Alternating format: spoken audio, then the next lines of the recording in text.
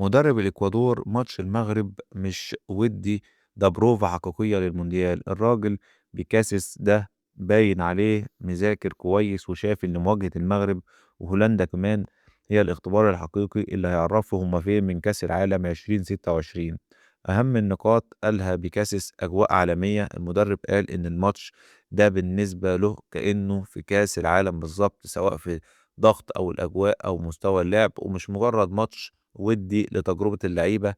عايز يفرض سيطرته، بيكاسس طمعان إن فريقه يفرض شروطه في الملعب قدام المغرب، وقال إن النتيجة مش هي أهم حاجة، المهم هو الأداء والشخصية اللي هيظهروا بيهم قدام منتخب كبير.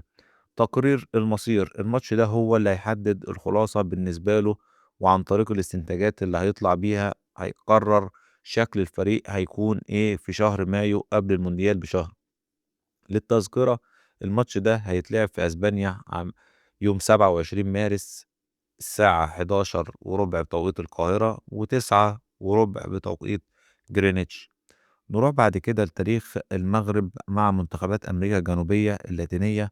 عبارة عن رحلة طويلة بدأت بصعوبات كبيرة وانتهت بأن المغرب بقى البعبع اللي بيعمل له ألف حساب، خصوصا بعد ملحمة قطر 2022.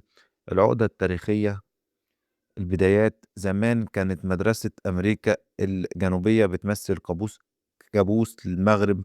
البرازيل والأرجنتين كانوا دايما بيكسبوا في الوديات والرسميات أو الرسميات، زي ماتش البرازيل في مونديال 98 خسر فيه المغرب 3-0، وكان في رهبة من المهارة اللاتينية الفطرية.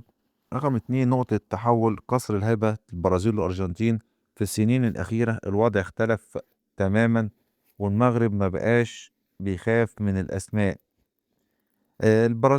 المغرب حقق فوز تاريخي على البرازيل 2-1 في ودية طنجة سنة 2023، ودي كانت أول مرة منتخب عربي يكسب السامبا، واللعيبة المغاربة وروهم إن المهارة مش حكر عليهم. بس الأرجنتين رغم إن المغرب خسر أغلب مواجهاته مع الأرجنتين، بس الماتشات كانت دايما عركة كروية وندية كبيرة، والأرجنتين ما بقتش بتكسب بسهولة زي زمان. تشيلي وباراجواي في الاستعداد لمونديال 22 المغرب كسب تشيلي 2-0 وتعادل مع باراجواي، ودي كانت الرسالة إن المغرب قاري طريقة لعبهم كويس.